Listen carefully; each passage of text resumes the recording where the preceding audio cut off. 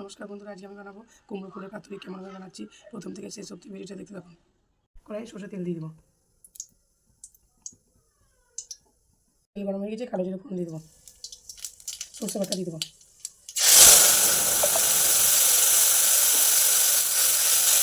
হলুদ গুঁড়ো দিয়ে দেবো, লঙ্কার গুঁড়ো দিয়ে দেবো, নুন দিয়ে দেবো,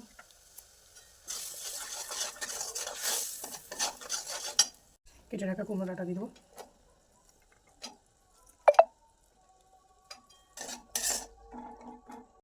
ধুয়ে রাখা কুমড়ো ফুল দিয়ে দেবো।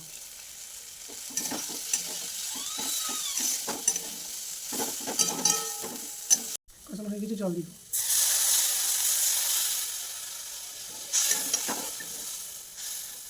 হয়ে গেছে, নামিয়ে নেবো।